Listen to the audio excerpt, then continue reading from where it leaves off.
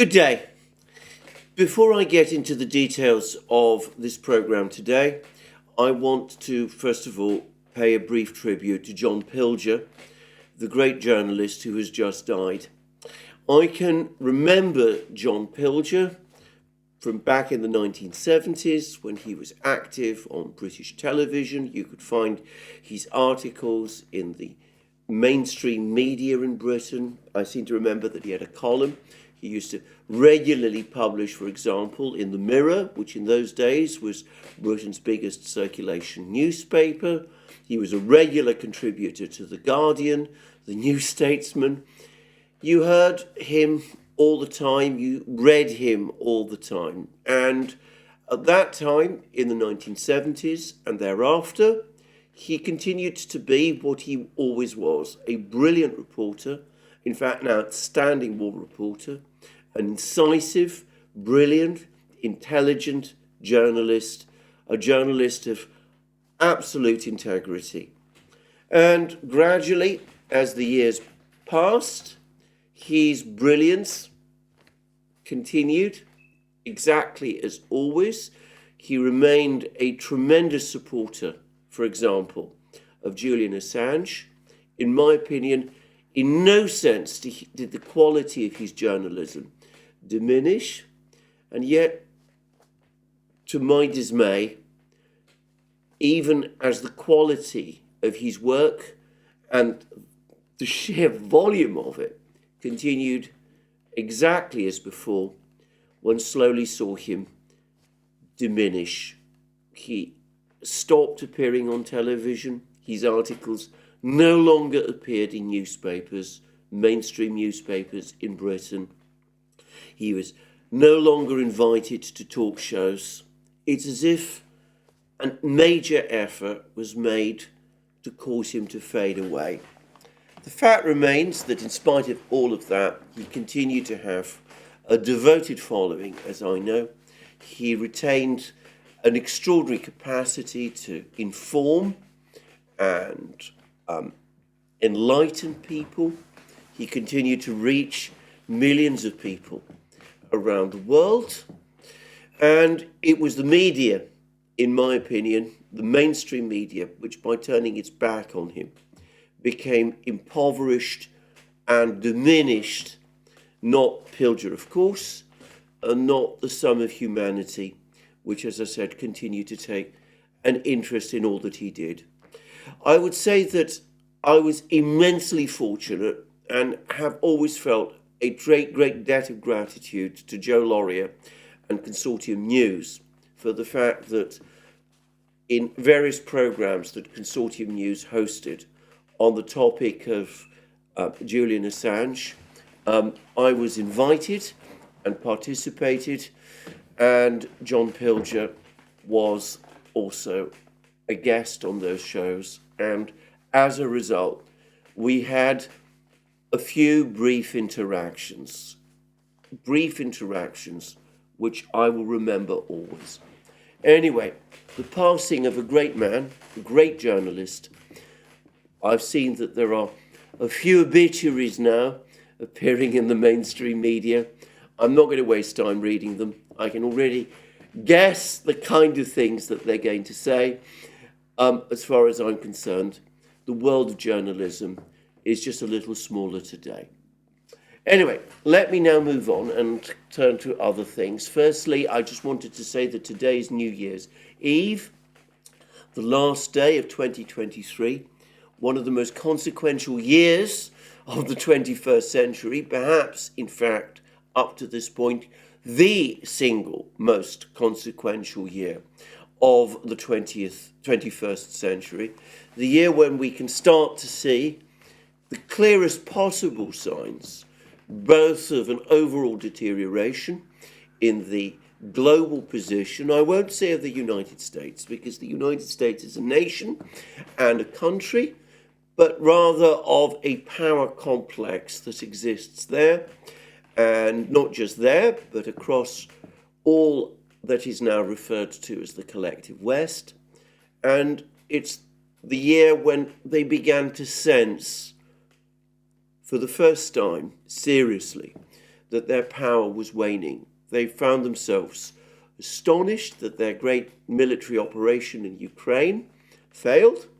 They've dismayed by the fact that the Russians are outproducing them in weapon systems and have been able to withstand the sanctions shock.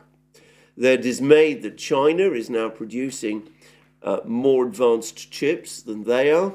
There's just been an announcement that another Chinese company is producing advanced chips. In other words, able to apply technologies that in the West, they assumed that the Chinese would take at least 5, perhaps 10 years, perhaps even longer to develop.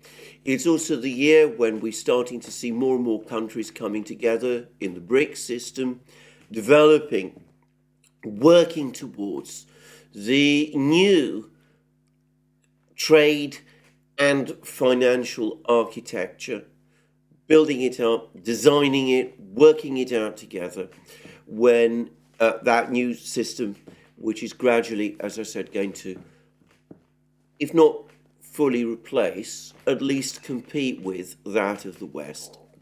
And we've seen free trade agreements between Russia and China.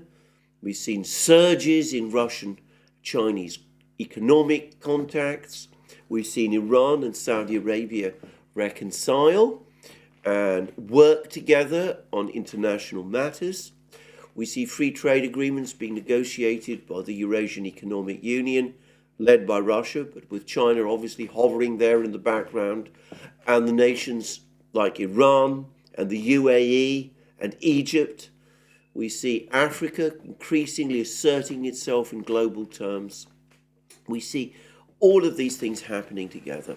And even as that, all of these crises came together, crises for the West, opportunities, by the way, increasingly now for the rest of the world.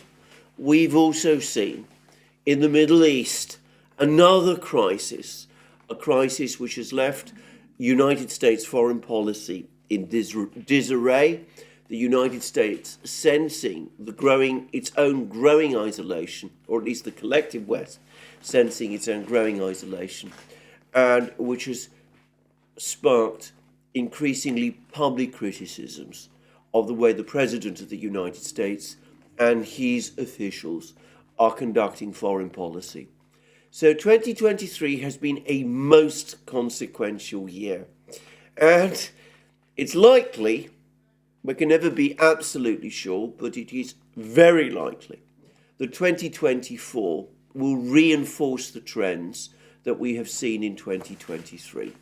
And the fact that people in the West, governments in the West, the elites in the West are becoming increasingly nervous about the direction of events is demonstrated by some of the extreme measures that they're now either taking or contemplating taking, like the seizure of Russian financial reserves, the extraordinary lawfare activities that they're conducting within the United States itself, and other things, which I'm not going to discuss in more detail on this program.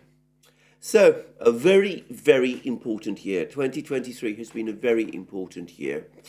And can I also say that tomorrow, briefly, just to say this will be New Year's Day, I intend to spend New Year's Day again with my family. My brother and my niece have come to join us.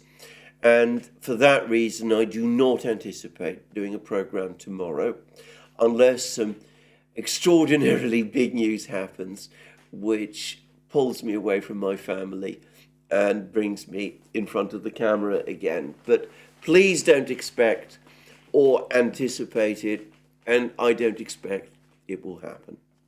Anyway, this, however, is where I also wish you all, every single one of you, the best for the new year, for 2024.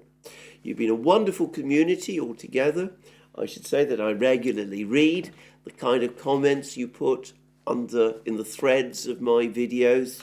I learned an awful lot from them, including how to pronounce names and what POL means, going back to that video I did yesterday. So always I learn a huge amount from what you write and what you say. I have been enormously privileged throughout 2023 to a greater extent than in any other year. I've been enormously privileged to be the recipient of a huge amount of invaluable information and advice from members of the community in private emails. I've obviously massively learnt from all of this. I hope it's made me a better and more incisive and at least a better informed commentator. And, well, all I can say, it could not have been done. It would not have been possible with all that you have contributed.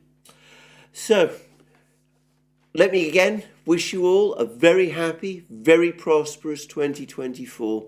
May all that you wish for yourselves and for your friends and for your families come to pass, and may you be happy and prosperous and safe in 2024, and thank you again.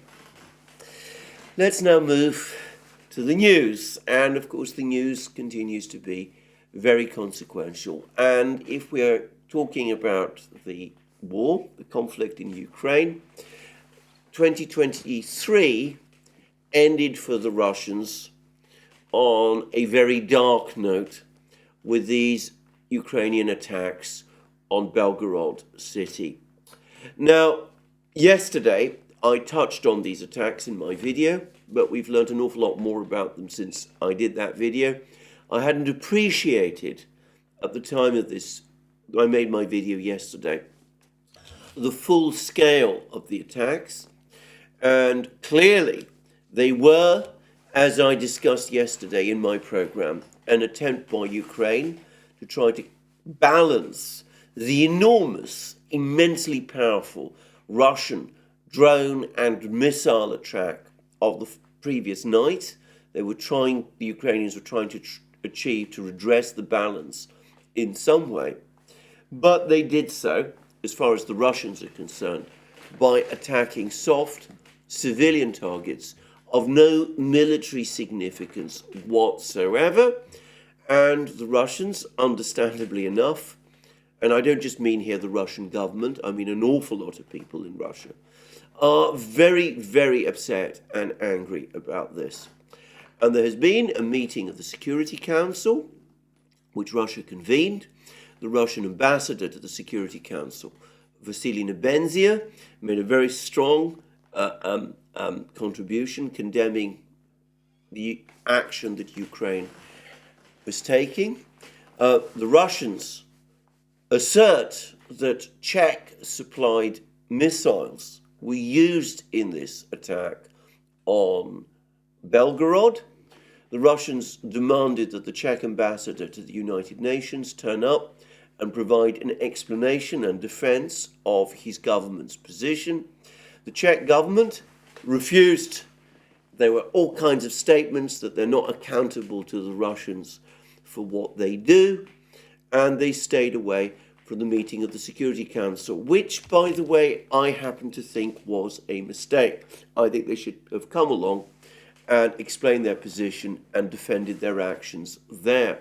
I think other countries on the Security Council, members of the Global South, they may feel, possibly, that the Russians are overreacting to this event in Belgorod. I'm not saying that the Russians are overreacting. I'm saying that some of the countries in the Global South might think they are. But they're unlikely to look with favour upon the fact that a country asked to attend a meeting of the Security Council has refused to do so. Anyway, let's see what the Russian Defense Ministry has to say about this incident, because they've published two brief statements, usually terse statements, about the events in Belgorod. And the first was published yesterday, even as the attack was underway. It says, today the Kiev regime attempted to launch indiscriminate attacks at Belgorod by 2 Olcha missiles with cluster submunitions and Czech-made Vampire multiple launch rocket systems. Air defense systems intercepted Olcha missiles and the majority of the Vampire projectiles. Several projectiles and cluster submunitions hit Belgorod. As a result, 12 adults and 2 children died. 108 people were injured in the event of a direct hit by Olcha missiles with cluster submunitions on the city. The consequences would have been immeasurably more severe. The Kiev regime, by indiscriminately striking large areas and committing this offence, is trying to divert attention from the defeats on the front lines and to provoke us into taking similar action. We once again point out that the armed forces of the Russian Federation strike only military objects and directly related infrastructure. The armed forces of the Russian Federation will continue to do so. This crime will not go unpunished. So that was the first statement that the Russian Ministry of Defense published. Then, over the course of the following hours, we heard of a major Russian missile and drone strike on Kharkov, and the Russian Ministry of Defense published another statement. It said that yesterday the armed forces of Ukraine launched an attack with multiple rocket launch systems against the city of Belgorod. Civilians, including children, were killed. Responding to this act, the armed forces of the Russian Federation struck decision-making centers and military facilities used by the Kiev regime in the city of Kharkov.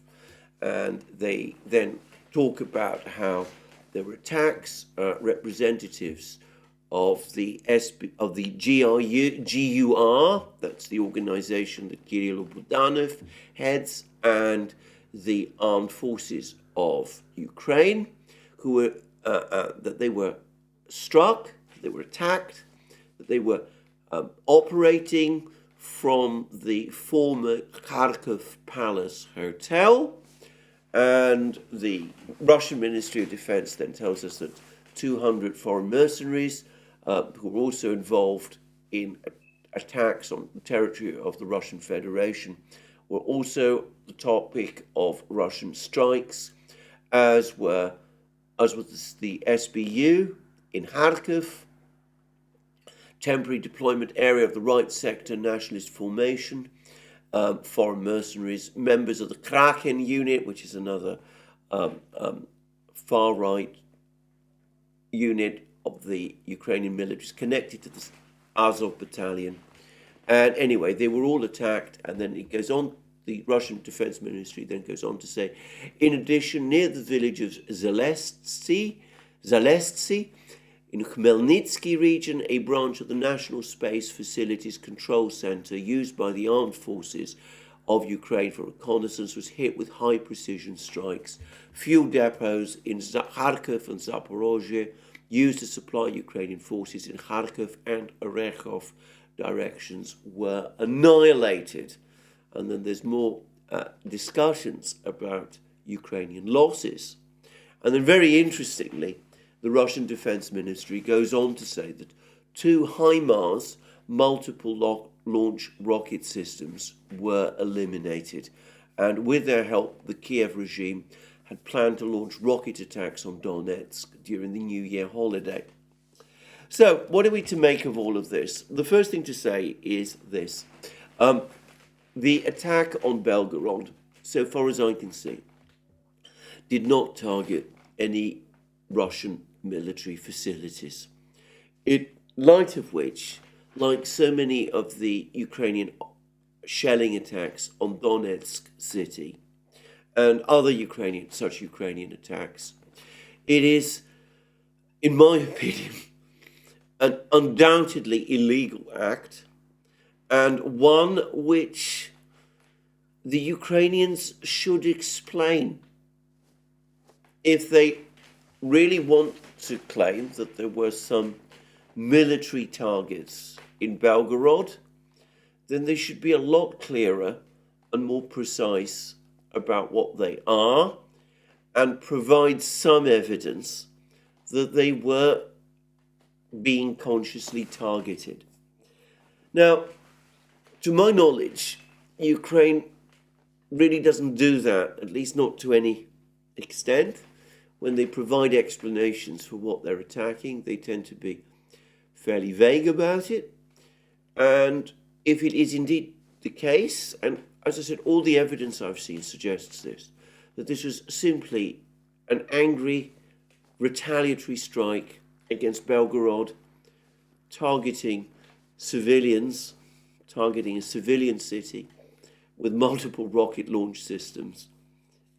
Of course, the Russians also say, using cluster munitions. Then, to be frank, this is totally, completely wrong, and it ought to be condemned in the strongest terms. So that's the first thing to say about this. And I would say that it explains, perhaps, why the Czech ambassador decided that he would not attend the Security Council meeting. I suspect the Czech government did not want to be questioned too closely about what had happened. And of course, coming back to a long-standing theme that Western governments have followed, they have always insisted that Western equipment is not to be used should not be used by Ukraine to attack targets in not Russia proper, by which they mean Russia within its 1991 boundaries. Belgorod unequivocally is a city within Russia's 1991 boundaries. And Ukraine has just used a Czech-supplied weapon to launch precisely that kind of attack. So I can understand, though as I said, I still think it was a mistake for the Czech ambassador to stay away. But attacks of this kind, carried out by a country like Ukraine, are not only ethically wrong, they're ultimately mistakes. They are going to make it even more difficult for anybody in Russia who still thinks that negotiations with Ukraine is the way forward. It's going to make it even more difficult for people like that to gain traction in Russia itself.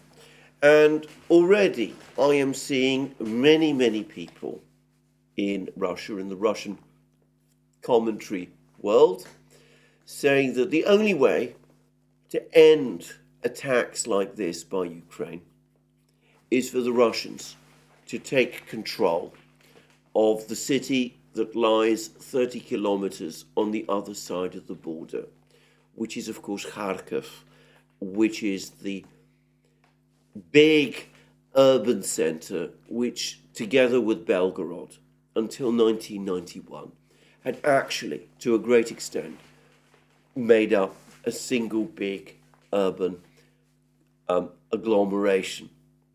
So, I don't know. We've all been left speculating for some weeks and months now about whether indeed the Russians did eventually intend to take Kharkov, to capture Kharkov. Demands within Russia to do that have now increased. And of course, Kharkov was the major objective, the major target of the Russian retaliatory strike. And we've seen how the Russians have indeed attacked this particular hotel in Kharkov. The German journalist Julian Röpke is already saying that he has actually regularly stayed in this particular hotel. In fact, many hotels that he stayed in appear to have been targeted by the Russians. One wonders whether Ukrainian hotels will be so keen to receive him, given that Russian missile strikes seem to follow where he goes. But anyway, never mind. The fact is that this hotel has been targeted. The Russians claim that they have managed to hit important personnel there. There's all sorts of rumors that Western officials were also caught up in this strike. I don't know whether that is true or not. I don't think we should speculate about that kind of thing, but rumors to that effect are circulating. And anyway, it's now clear to me that Kharkov again is within Russian sights. So I'm not sure what exactly it was that the Ukrainians thought that they would achieve by this attack. If it was to persuade the Russians that they're still fighting, the Russians have known that about Ukraine already.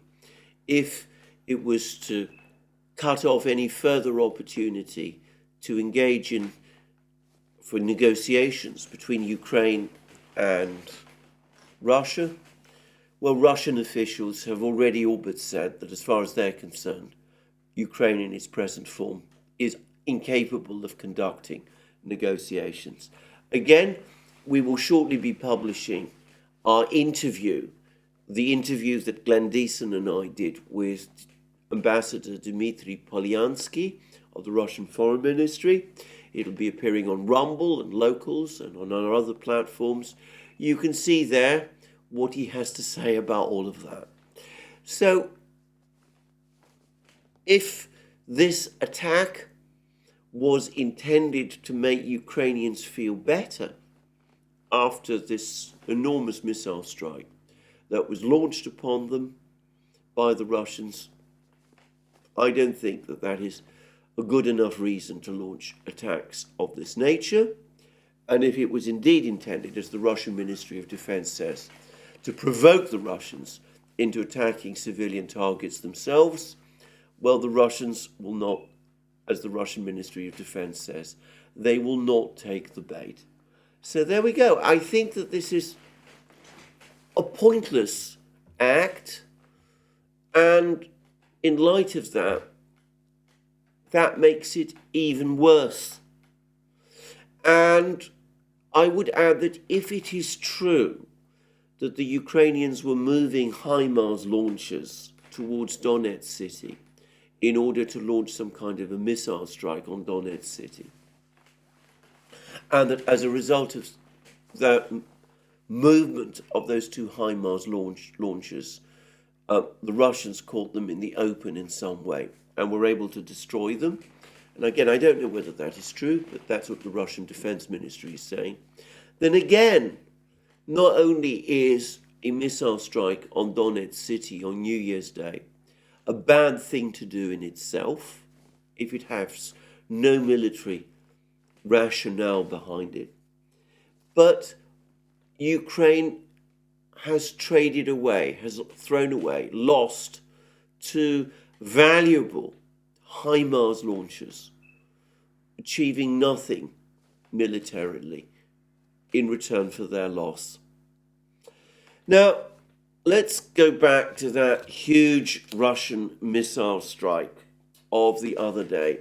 There's been a lot of dismay in the West about it, and it's not difficult to see that what is causing dismay in the West is the fact that the elaborate, enormously expensive air defense system that the Western powers have supplied to Ukraine proved incapable of withstanding this attack.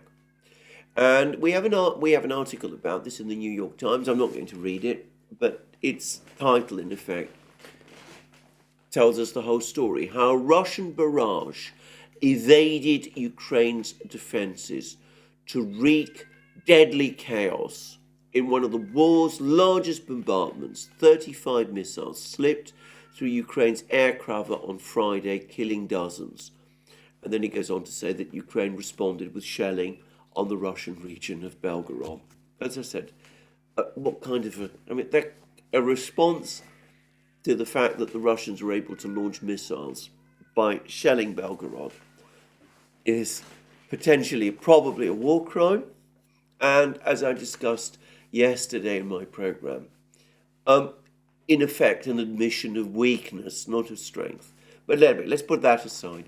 So we can see that even in the West, they're reeling after this huge Russian combined drone and missile strike. And as I discussed at length yesterday, the air defense system, Ukraine's air defense system, put together with such enormous cost and complexity and hard work, the Russians have shown that they can overwhelm it, that they can cause it unacceptably high levels of attrition, and they're still able to get a good proportion of their missiles. They're able to find their way through. And I don't think this is going to be the last such attack, not by any means. And it's clear that the West really has no means to respond to attacks of this nature. By the way, I noticed that the US media is now admitting that earlier strikes that were launched by the Russians around Kiev earlier in December, just before Christmas, have managed to inflict damage. We're not ever told how extensive that damage was to the Patriot missile systems that are supposed to be defending that city. So, air defenses, the Russians able to outmatch, overwhelm Ukrainian air defenses. Ukraine with no real means to counter these Russian missile strikes. And on the battlefronts, more difficult news for Ukraine. Now, again, it could be that this news is premature, but there are reports circulating that in the Bakhmut area, the Russian military has effectively captured the village of Bogdanovka, northwest of Bakhmut, and that all that's been left now is to clear the remaining pockets of Ukrainian resistance in Bogdanovka. That is true, and this is a very significant blow for Ukrainian defenses in the Bogdanovka area.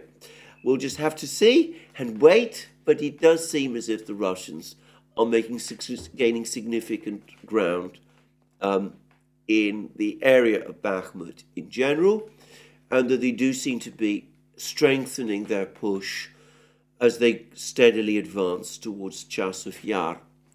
And there's also more reports that the Russians are now making more advances in the Avdiivka area. Now, this is a long, slow battle.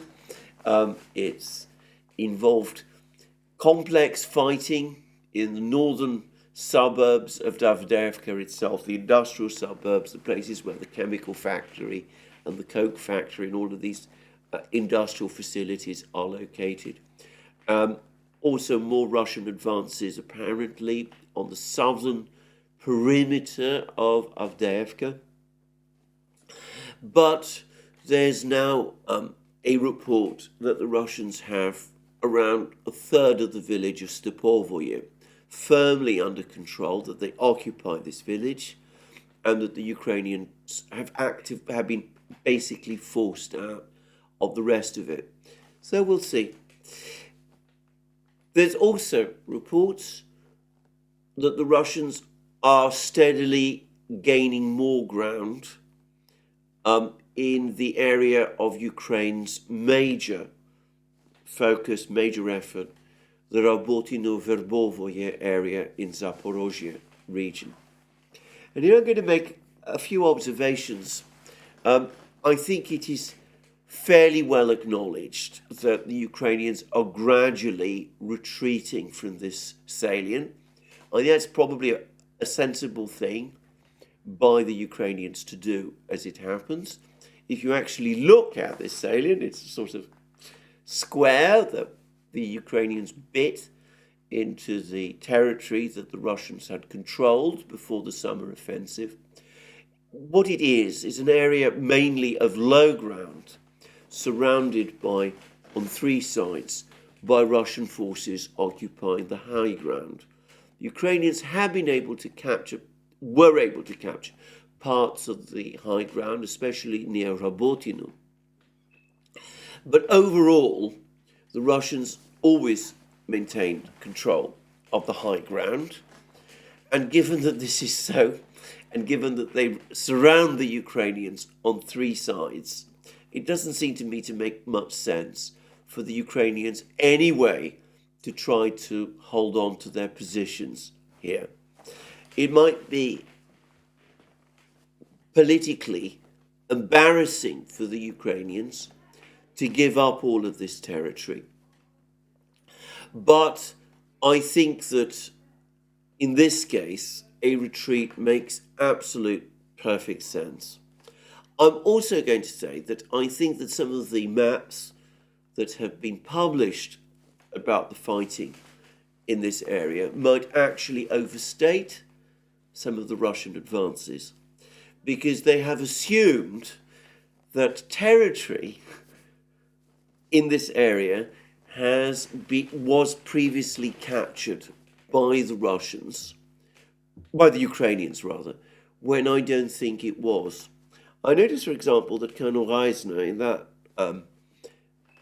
in that presentation that he did about, which I discussed about 10 days ago, for example, spoke about the village of Verbovoye having been captured by Ukraine. To my knowledge, Verbovoye was never captured by Ukraine.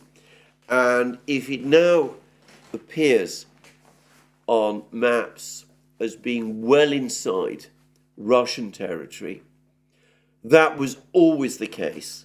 And it's a misconception that the Russians have recaptured Verbovoye or the territory around it. So just saying. But anyway, there is no doubt that the Ukrainians are retreating here, putting up a fighting retreat, that the Russians are advancing. This entire area, by the way, is littered with the carcasses of burnt-out armoured vehicles left over from the offensive. The Russians will no doubt have a large amount of this scrap metal to deal with shortly, but perhaps one shouldn't see this as a Russian offensive so much as a gradual withdrawal by the Ukrainians from what is, frankly, undefendable and useless territory. And I suspect that the single most dramatic fighting, the biggest advances, or at least the most heavy fighting that is taking place at the moment, apart from the very intense fighting that is going on in Avdiivka, continues to be in the Marinka area, where the Russians remain very focused on capturing this village of Novomikhailivka, and do appear again to be making steady incremental progress, though always advancing step by step and yard by yard, rather than trying to launch big armoured offensives, which at this stage of the war is going to remain extremely difficult. Now, having said all of this, let me repeat again a point which I have made previously.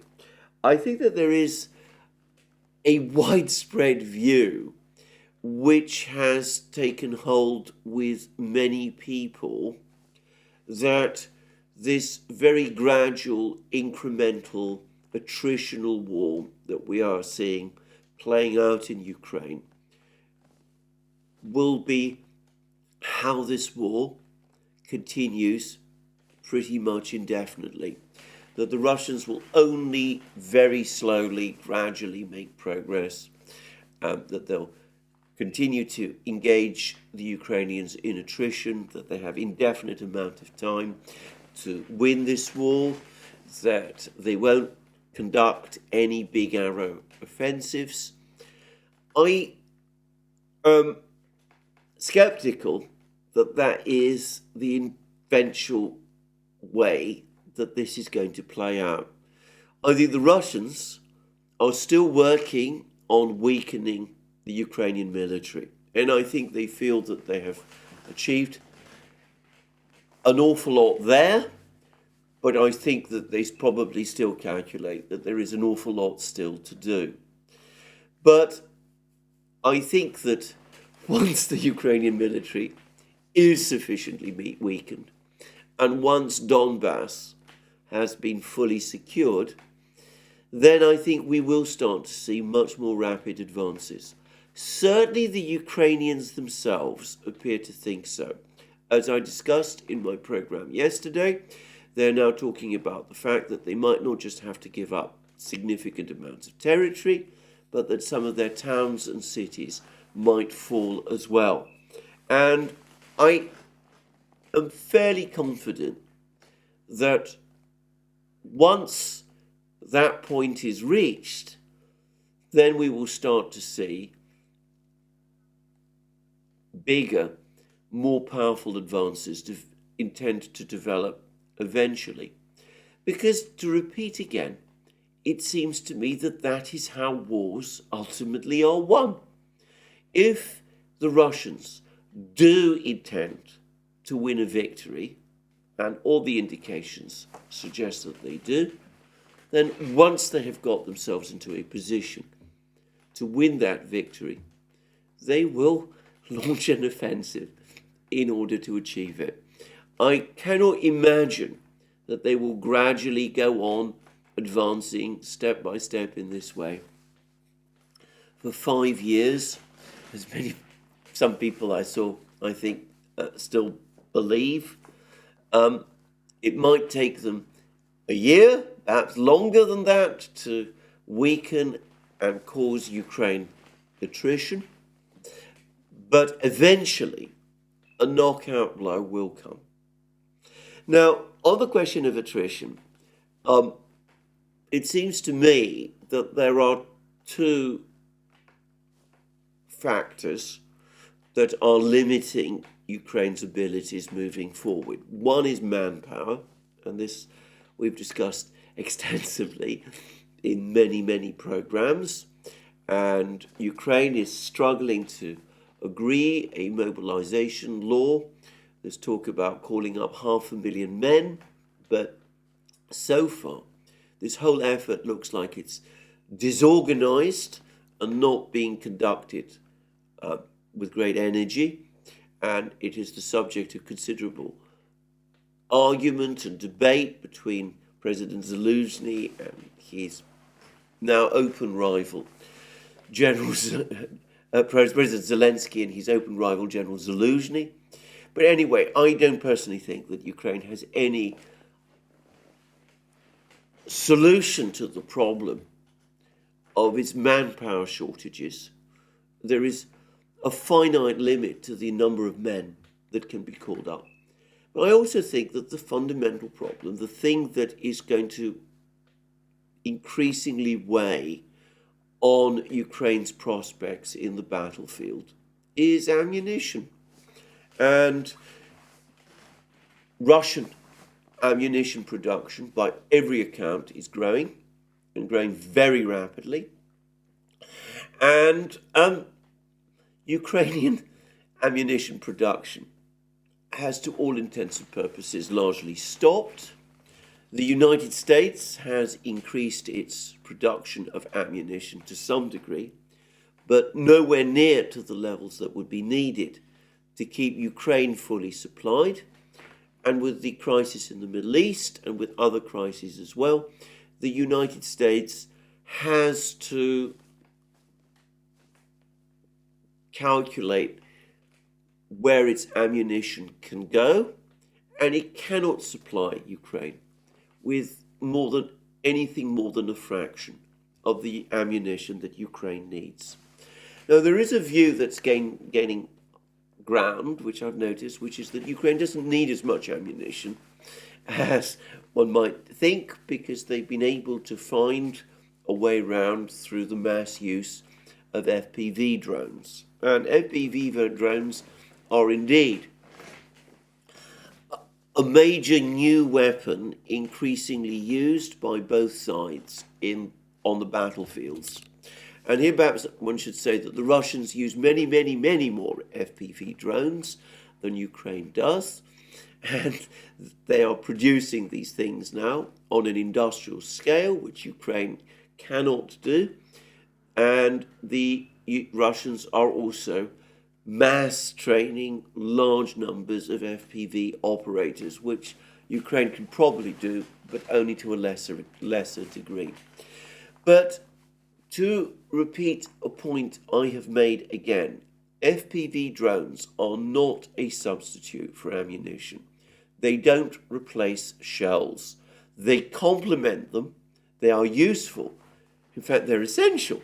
In many respects, they are apparently the weapon now that Russian soldiers, Ukrainian weapon, that Russian soldiers complain about most, but they do not replace or substitute for artillery.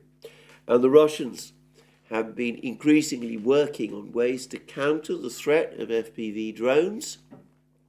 They produced a new model of the Pantsir point defense system, which I suspect is partly intended to target and destroy FPV drones. They're developing all kinds of jamming technologies to make it more difficult for FPV drones to operate. They're hunting the operators, the Ukrainian operators of FPV drones, which to a certain extent apparently they're able to do, increasingly able to do.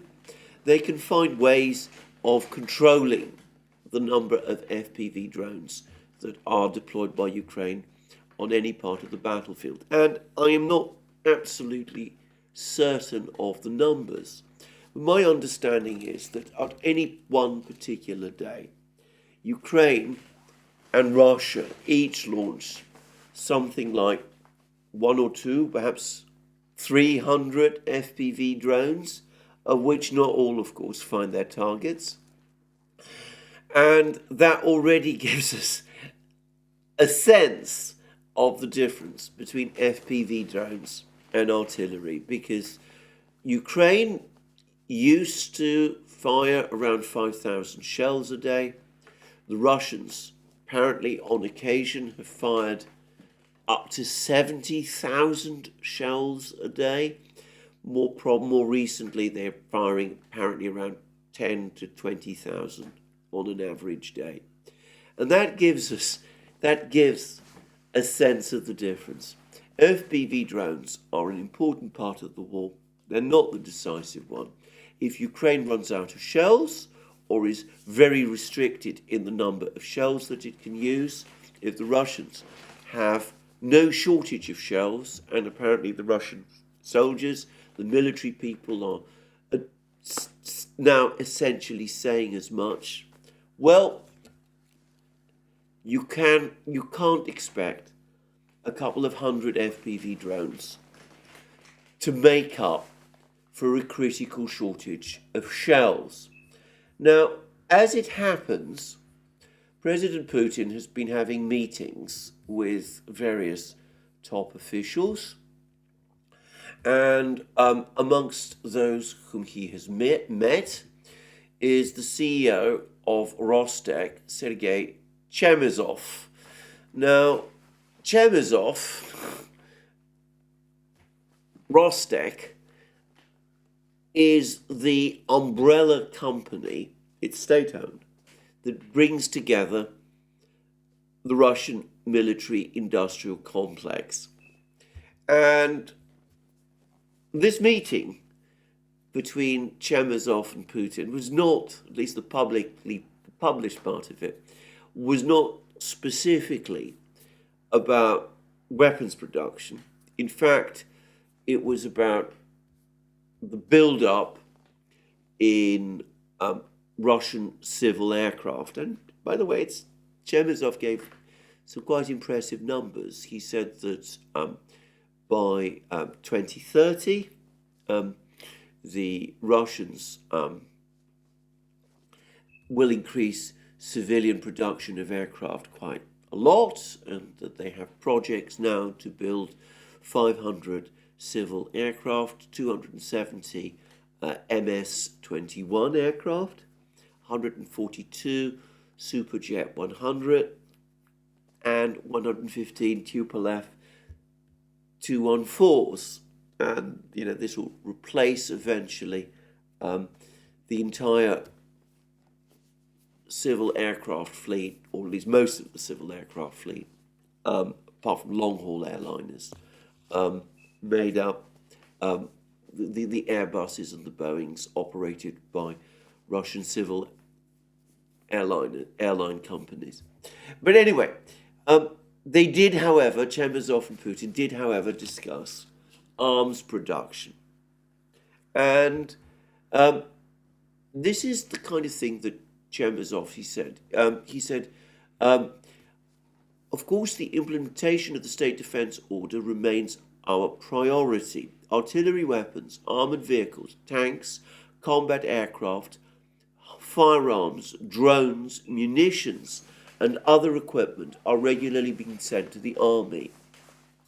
Honestly, if we had not conducted a deep modernization of our enterprises before 2022, we would not have been able to increase production several-fold, as we did last year and this year.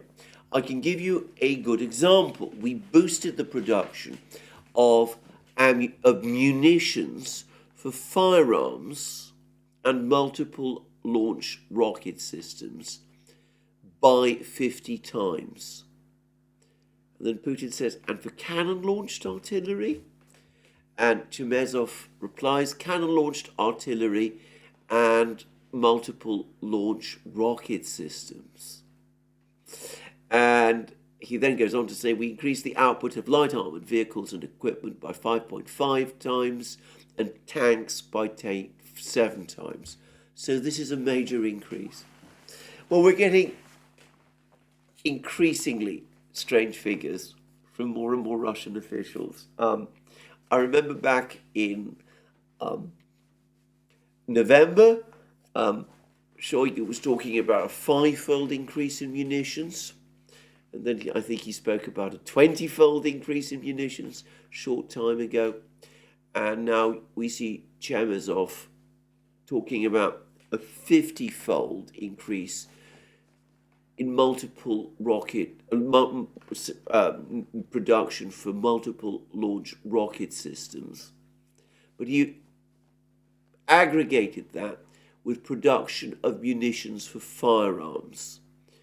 And then Putin asked him, and cannon-launched artillery? Chemezov, clearly under instructions, avoided giving details for this.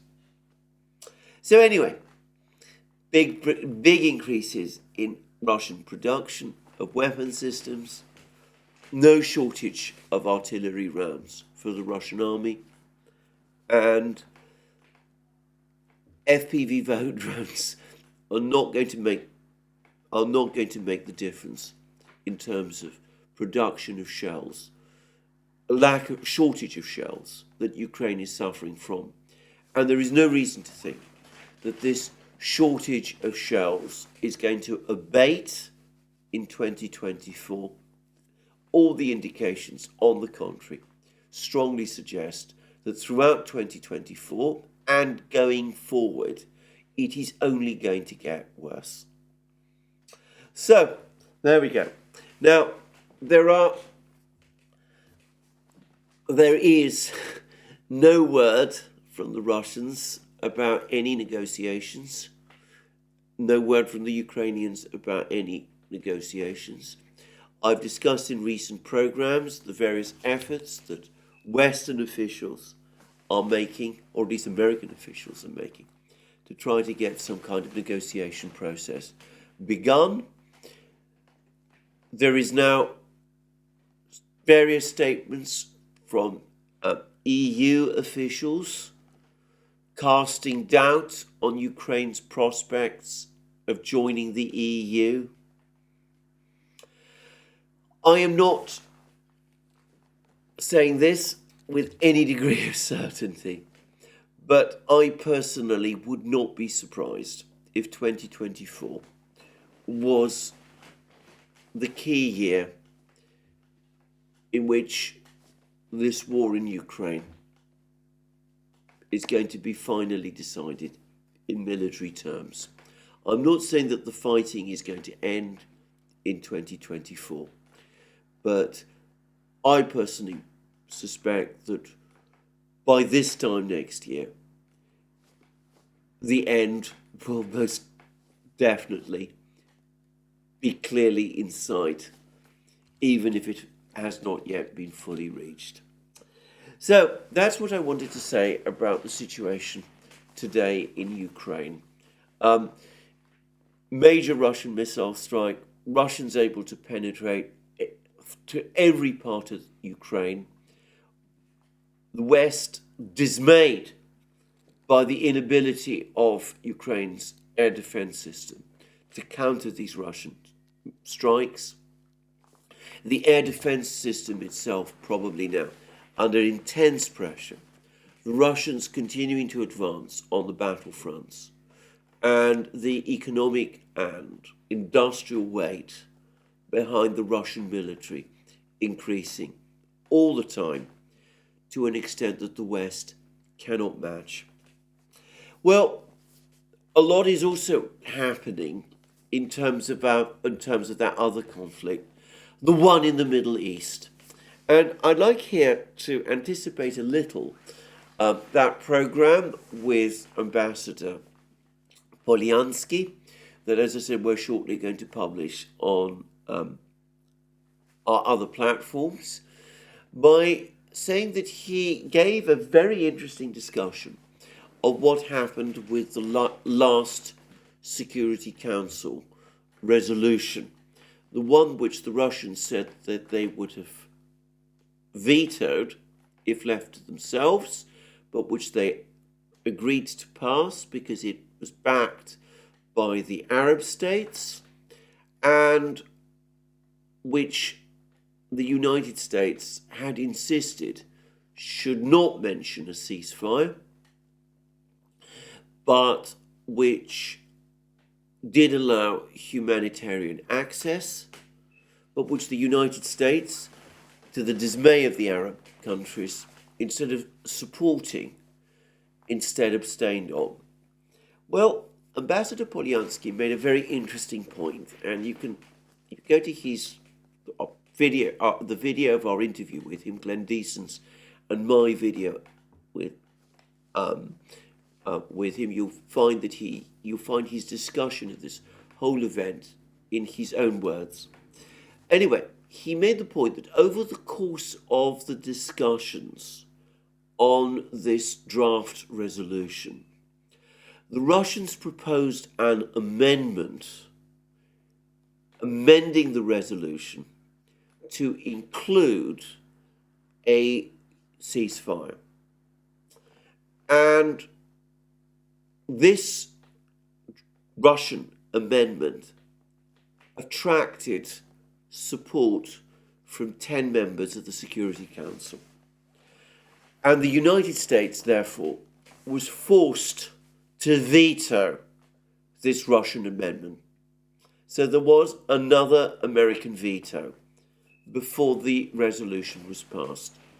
And Polyansky made the point, when he's absolutely correct, that given the structure of the Security Council, which normally contains a Western majority, this is unprecedented. It is unprecedented in recent years for the Russians to propose a resolution, an amendment to a resolution, which attracts 10 votes and which the United States is obliged to veto. And Ambassador Polyansky correctly stressed the extent of the United States' isolation now on Middle East issues in the Security Council and in the United Nations in general. Now, all of this is happening whilst the situation in the Middle East continues to deteriorate and deteriorate badly. The Prime Minister of Iraq has just said that he is going to insist at some unspecified point that all US forces must leave Iraq. What has probably driven him to say this is that there continue to be attacks by various militia forces on US bases in Iraq. We're not being told much of the detail of this, but there are reports that American soldiers are being wounded.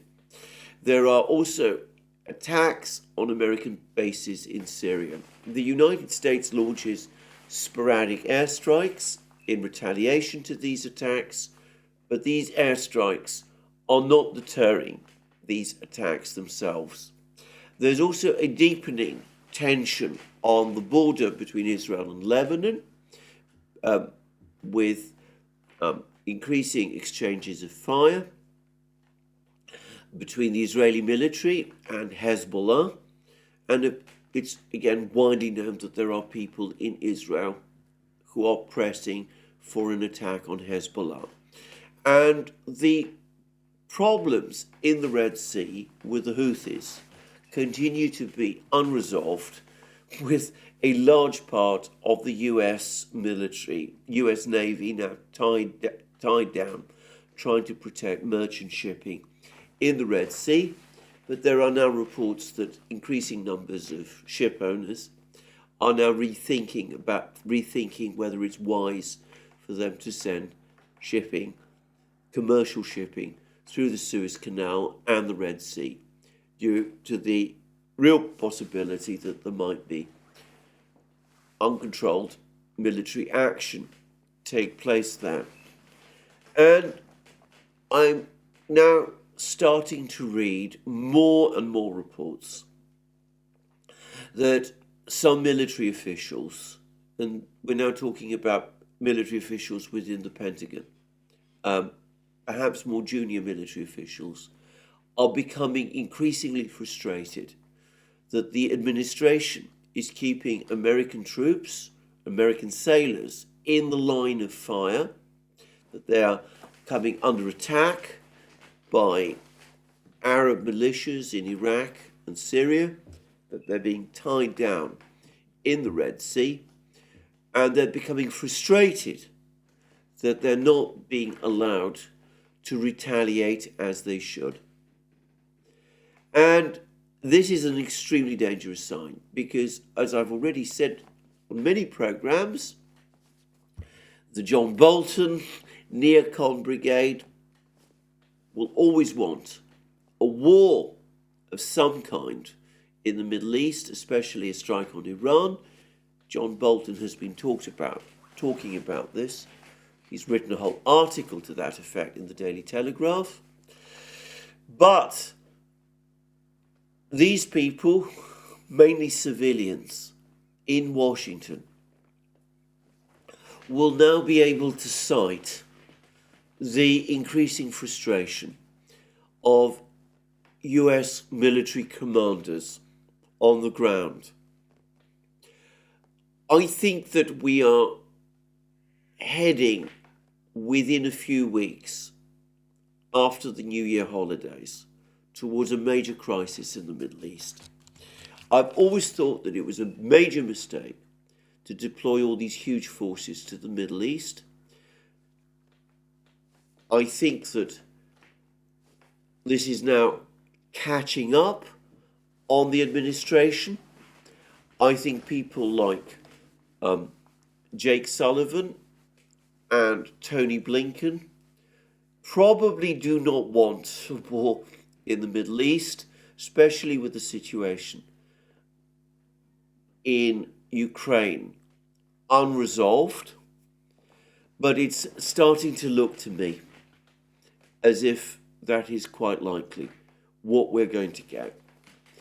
If we do get a wider general conflict in the Middle East in 2024, then of course Ukraine will lose priority even further. However obsessed the president himself might be with Ukraine, if the American military is in action in the Middle East, that will become his priority. And of course, it will also shape politics in the United States and in the West also. What it will do to oil prices, to such things, well, I'm not going to try and second guess that in this program. But I think we're closer to that point now than we have been for a long time. I've always, as I said, thought that deploying these huge forces to the Middle East was an invitation both to those in Washington who wanted to use them and to those in the Middle East who might want to attack them. I thought it was a major mistake, and we're seeing how that is starting to play out now. Anyway, on that somewhat dark note for 2024, I'm going to end this program today. Let me again extend to you my thanks and wish you all the best for 2024. I will be back definitely on the 2nd of January. We'll be doing programs on the 2nd of January for the Duran altogether. There's all sorts of interesting programs now in the pipeline with all sorts of interesting people also, by the way, so stay and look out for that.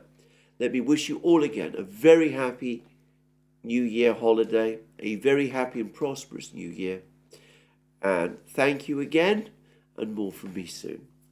And just to repeat what I always say at the end of all our programs, you can find all our programs on our various platforms, Locals, Rumble, X. You can also support our work via Patreon and Subscribestar. Don't forget to check out our shop where you can get amazing things now, all the amazing things there, particularly attractive. I would have thought going into the new year, you need your Duran mug to drink your coffee or your tea in 2024. So that's all there in the shop. And let me just finish once more by saying that if you've liked this program, please remember to tick this like button and to check your subscription to this channel. Thank you all, bless you all, have a very happy new year, and see you again in 2024.